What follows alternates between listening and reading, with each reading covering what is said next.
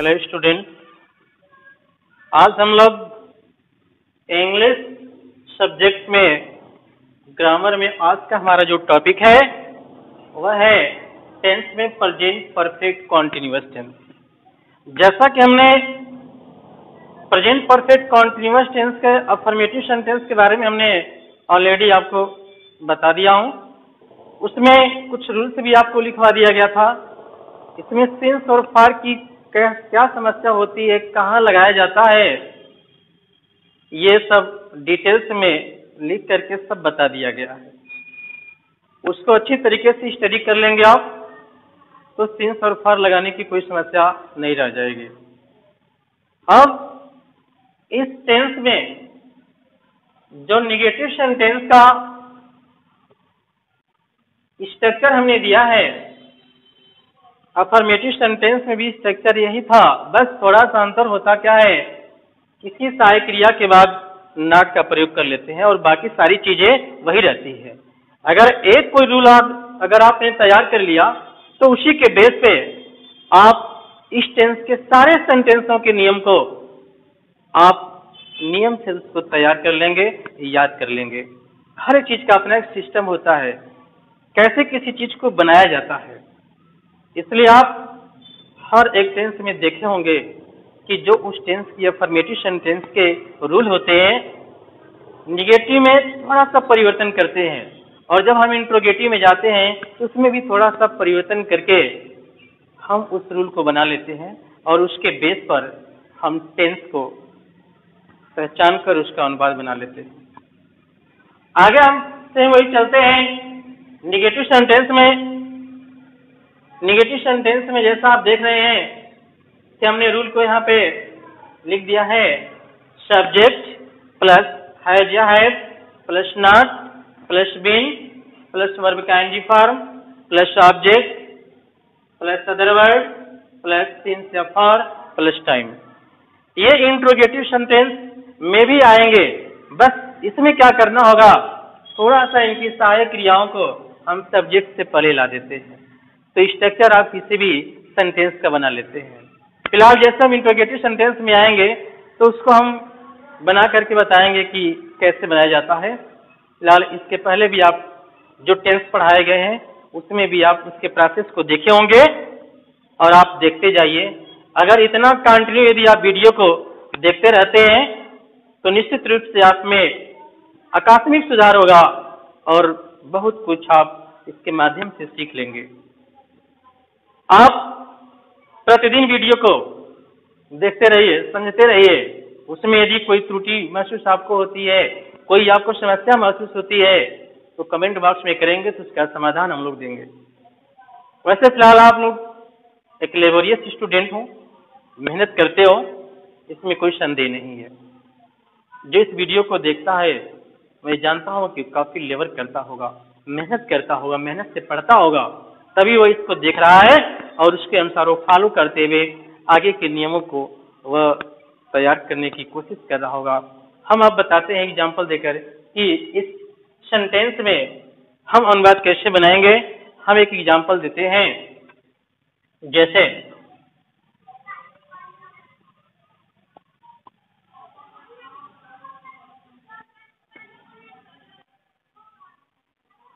मोहन 5 वर्ष से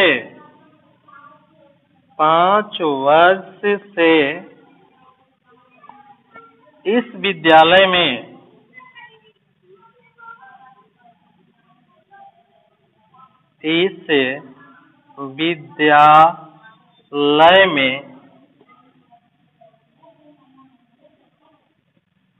नहीं पढ़ा रहा है।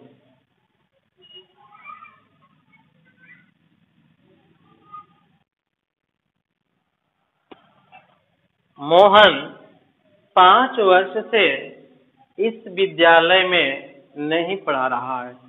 इसका अनुवाद कैसे बनाएंगे आप? जैसा कि हमने यहाँ पे नेगेटिव सेंटेंस में रूल को हमने लिखा है कि सबसे पहले आप क्या लिखेंगे, सबसे पहले रूल में आप देखिए यहाँ पे सब्जेक्ट लिखा गया है। तो सबसे पहले क्या लिखेंगे आप? सब्जेक्ट लिखेंगे। फिर सब्जेक्ट के अकॉर्डिंग ये देखना होगा कि सब्जेक्ट हमारा सिंगुलर है कि प्लूरल है। यदि सिंगुलर है तो हेल्पिंग वर्ब भी आपकी सिंगुलर ही होगी, और यदि सब्जेक्ट आपका प्लूरल है तो हेल्पिंग वर्ब भी आपका प्लूरल ही होगा। तो यहाँ पे सब्जेक्ट हमारा मोहन है, सब्जेक्ट हमारा क्या है? मोहन है। तो हम सबसे पहले क्या लिखेंगे? मोहन लिखेंगे। मोहन। अब चूंकि यहाँ पे सब्जेक्ट हमारा सिंगुलर है तो इन सहायक क्रिया में हम क्या लिखेंगे?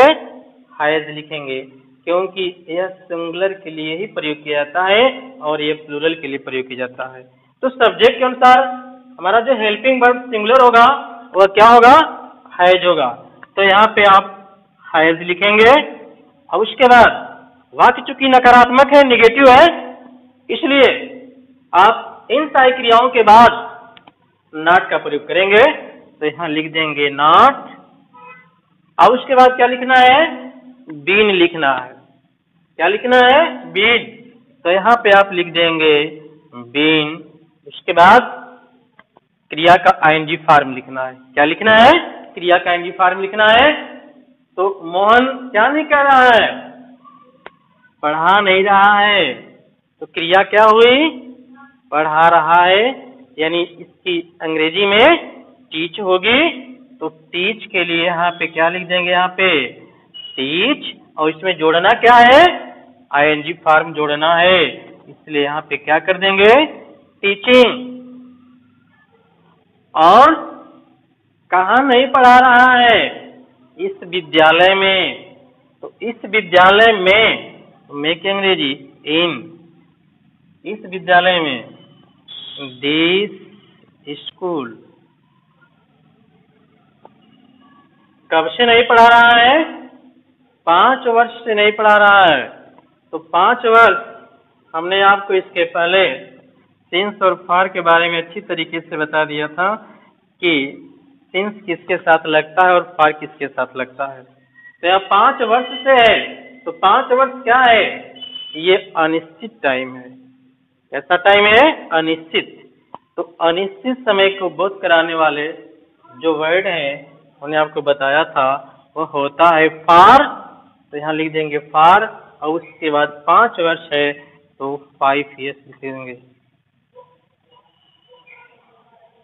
इस प्रकार से हम सेंटेंस को बना लेते हैं। मोहन 5 वर्ष से इस विद्यालय में नहीं पढ़ा रहा है। Mohan has not been teaching in this school for 5 years। तो इस प्रकार से हम सेंटेंस का निर्माण कर लेते हैं। अगर कोई भी वाक्य अगर इस प्रकार का आए तो हम आसानी से इस प्रकार से हम अनुवाद बना लेंगे, क्योंकि हमको इसका रूल पता है। अगर यदि हमें रूल इसका पता है तो हम आसानी से इसको ट्रांसलेट कर लेंगे। तो फिर हम आगे, अब आपको इंट्रोगेटिव सेंटेंस, इंट्रोगेटिव सेंटेंस का रूल क्या होता है, इंट्रोगेटिव सेंटेंस के बारे में हम आपको अब आगे बताने जा रहे हैं। अब यहाँ पे आपको हम रूल कैसे इसको बनाएंगे, आप इंट्रोगेटिव सेंटेंस का आप रूल देख लीजिएगा। अभी हम इंट्रोगेटिव सेंटेंस के बारे में, इसका स्ट्रक्चर क्या होता है, कैसे बनाना होता है, जबकि आपको रूल में पहले बताया गया था कि इसका रूल कैसे बनाया जाता है, तो इसमें कोई बहुत आपको समस्या नहीं होगी। क्योंकि इंट्रोगेटिव सेंटेंस हमने बताया था कि ये 3 प्रकार से कार्य करते हैं, इसलिए 3 प्रकार के जो इसके रूल होंगे वह अलग अलग तरीके से हैं। कैसे उसके क्या रूल होते हैं हम आपको यहाँ पर लिख करके बताने जा रहे हैं। तो इंट्रोगेटिव सेंटेंस, इंट्रोगेटिव सेंटेंस का मतलब आप जानते हैं कि इंट्रोगेटिव सेंटेंस का मतलब होता है प्रश्नवाचक वाक्य। प्रश्नवाचक वाक्य होता है जिसमें प्रश्न किया जाता है, प्रश्नवाचक वाक्य, प्रश्नवाचक वाक्य यानी इंट्रोगेटिव सेंटेंस जिसमें कोई प्रश्न किया जाता है, जिसमें कोई क्वेश्चन किया जाता है। तो इस प्रकार के जो वाक्य होंगे वह इंट्रोगेटिव कहलाते हैं। अब हम आगे बढ़ते इसमें हैं कि इंट्रोगेटिव सेंटेंस में यदि वाक्य की शुरुआत क्या से हो जाती है, यदि कोई भी वाक्य यदि क्या से शुरू होता है तो उसका रूल क्या होगा, क्या से शुरू होने वाले का नियम, क्या से शुरू होने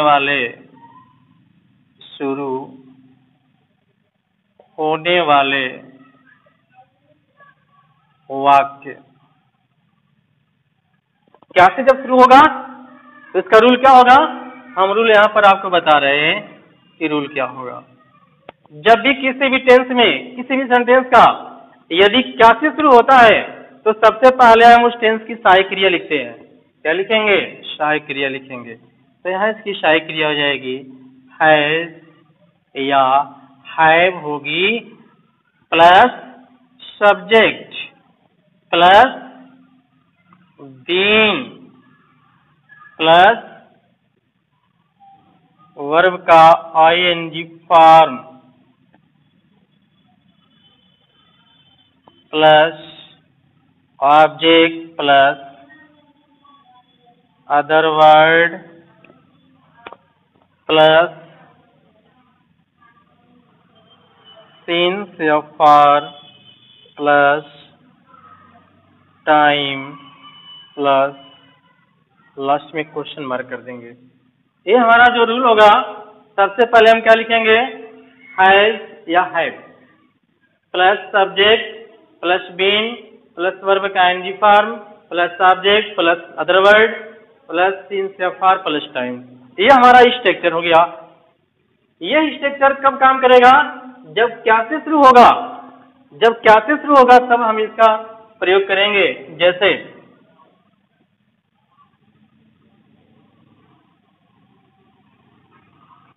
तुम सुबह से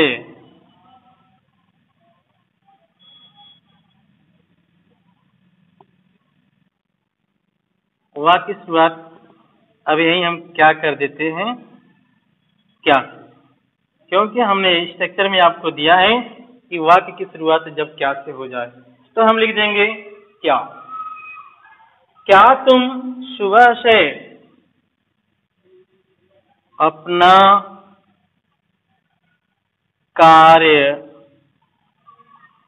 कर रहे हो,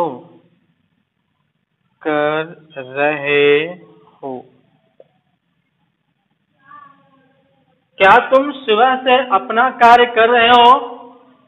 यानी यहाँ पे हमने जैसा कि आपको बताया कि क्या से शुरू होता है तो सबसे पहले हम क्या लिखेंगे, सबसे पहले क्या लिखेंगे, सहायक क्रिया को लिखेंगे। अब जैसा सब्जेक्ट होगा, सब्जेक्ट यदि एक वचन का है तो हैज लिखेंगे, सब्जेक्ट यदि बहुवचन का होगा तो हैव लिखेंगे। तो अब यहाँ पे हम क्या लिखेंगे, वाक्य क्या है, क्या तुम सुबह से अपना कार्य कर रहे हो। तो यहाँ क्या से जब शुरू हो रहा है तो यहाँ तुम के अनुसार सहायक क्रिया हो जाएगी हैव यू। उसके बाद क्या लिखेंगे, बीन, हैव यू बीन। फिर उसके बाद वर्ब का एनजी फॉर्म है तो उसमें वर्ब का एनजी फॉर्म क्या हो जाएगा, कर रहे हो। तो करना की अंग्रेजी क्या हो जाएगी, डू। उसमें क्या जोड़ेंगे, आईएनजी फॉर्म जोड़ देंगे। क्या कर रहे हैं, अपना कार्य। तो यू के अनुसार अपना के लिए योर। उसके बाद क्या करेंगे, वर्क करेंगे। कब से, सुबह से।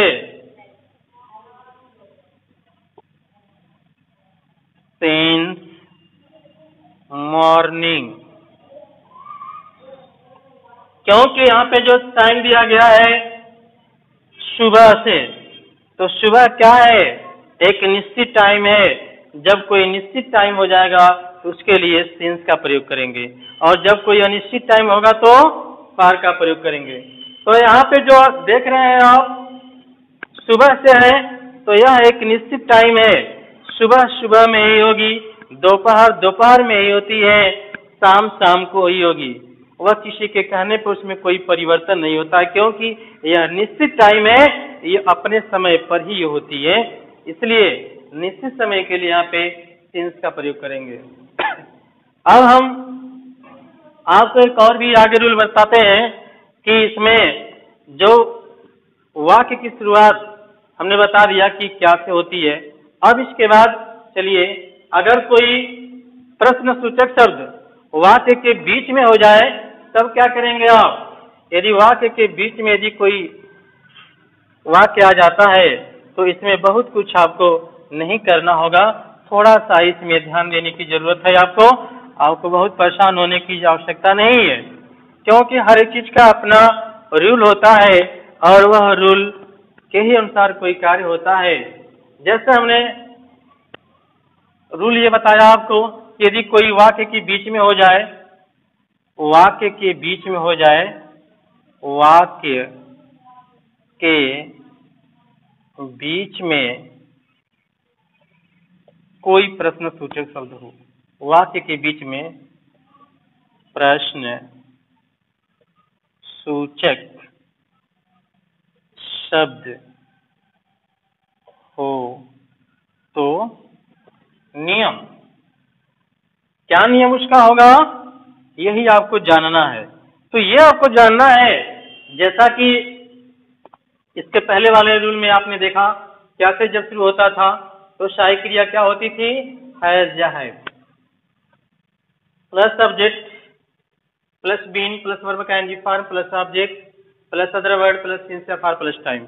अब क्या करना है कि जब किसी वाक्य के बीच में कोई प्रश्न सूचक शब्द आ जाए तो अब क्या करेंगे? इसका रूल होगा वही प्रश्न सूचक शब्द यही कर देंगे आप, यानी क्वेश्चन वर्ड को लिख देंगे यहाँ पर आप। यानी रूल हमारा क्या हो गया?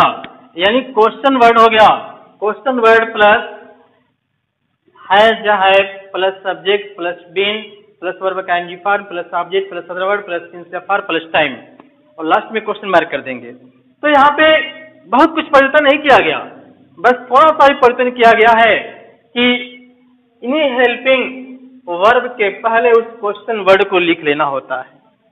जैसा कि इसके पूर्व के टेंस में भी आपको यही बताया गया है कि यदि किसी वाक्य के बीच में यदि कोई प्रश्न सूचक शब्द आ जाता है तो आप क्या करेंगे? उसी क्वेश्चन वर्ड की प्रश्न सूचक शब्द की सबसे पहले अंग्रेजी लिखते हैं, उसके बाद हैज या हैव लिखेंगे, उसके बाद तब ये आप सारे सिस्टम से हर एक वर्ड को ध्यान में रखते हुए लिखेंगे। जैसे हम उदाहरण लेते हैं, जैसे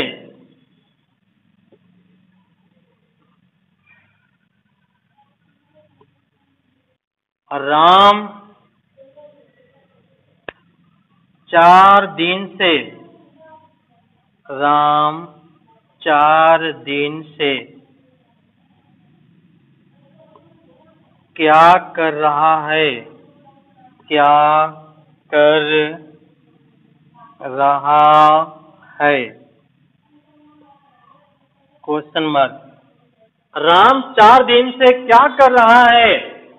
आप जैसा देख रहे हैं हिंदी वाक्य में जो सेंटेंस है इसमें राम 4 दिन से क्या कर रहा है, इस सेंटेंस में देख रहे हैं प्रश्न सूचक शब्द इसमें आ गया है। क्या ये वाक्य के बीच में आ गया है? जब कोई वाक्य के बीच में आ जाए तो हमारा रूल क्या है? यहाँ पे आप देख रहे हैं जैसा कि हमने बताया कि यही जो क्वेश्चन वर्ड होता है, इसी क्वेश्चन वर्ड को सबसे पहले आप क्या करेंगे? लिखेंगे। तो क्या की अंग्रेजी क्या हो जाएगी? व्हाट। सब्जेक्ट हमारा सिंगुलर है, राम एक वचन का है, इसलिए इसके अनुसार सहायक क्रिया क्या हो जाएगी? हैज। सब्जेक्ट क्या लिखेंगे? राम। उसके बाद क्या करेंगे? बीन लिखेंगे। कर रहा है, डूइंग।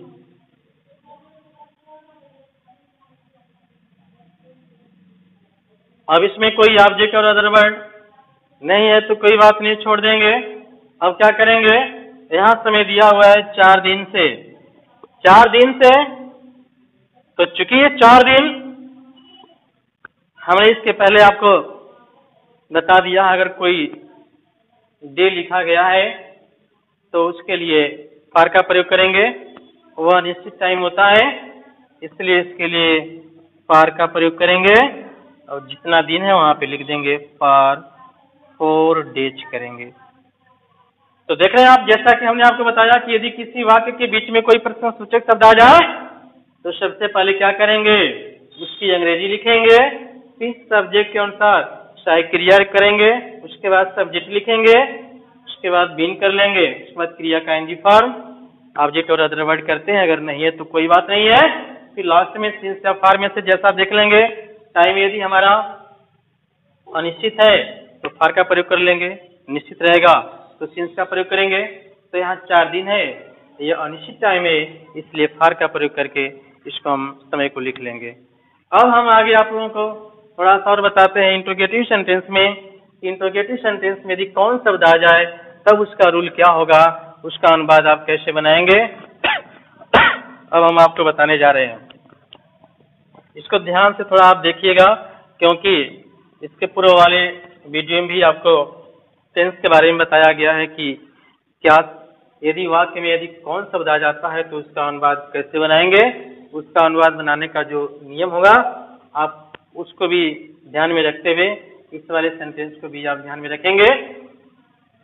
यदि कौन शब्द आ जाए, यदि कौन शब्द आ जाए, आया हो तो, यदि कौन शब्द आया हो तो नियम। अब इसका नियम क्या होगा, इसका नियम होगा यदि कौन शब्द आ जाता है तो इसके लिए रूल होगा हु प्लस हैज या have plus been plus verb का आईएनजी फॉर्म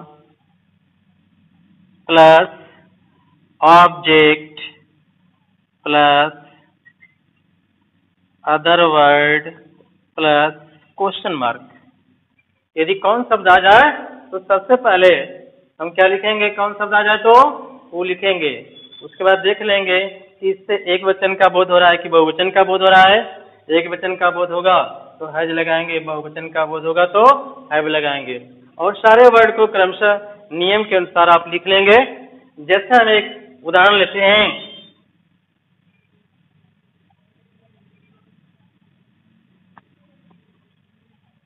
तुम्हें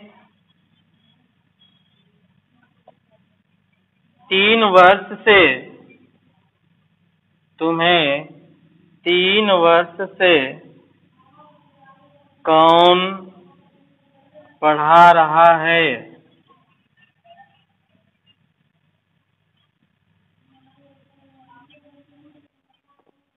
तुम्हें 3 वर्ष से कौन पढ़ा रहा है।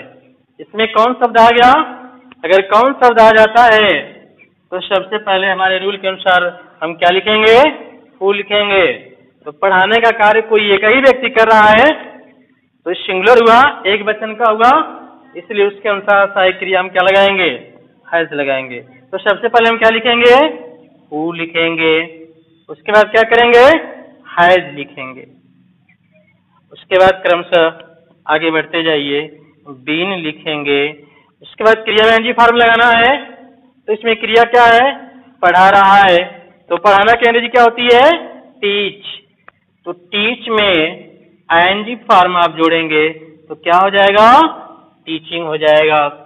और इसमें देखना होगा फिर कोई ऑब्जेक्ट है तो ऑब्जेक्ट लिखिए, नहीं है तो मत लिखिए। उसके बाद ऑब्जेक्ट क्या है, यू, कितने समय से, 3 वर्ष से, तो फिर उसके लिए क्या लगाएंगे, फॉर 3 ईयर्स। तो इस प्रकार से आप सेंटेंस का स्ट्रक्चर कर लेंगे। तुम्हें 3 वर्ष से कौन पढ़ा रहा है, who has been teaching you for 3 years, और लास्ट में ये क्वेश्चन मार्क कर देंगे। और इस प्रकार से आप सेंटेंस को बना लेंगे। कोई भी यदि वाक्य हो तो इस रूल के अनुसार आप पूरे बना लेंगे, कोई समस्या नहीं होगी। यदि कोई समस्या होगी तो जरूर कमेंट कीजिएगा, इस तरह से आगे आपको पूरा टेंस आपको बता दिया जाएगा।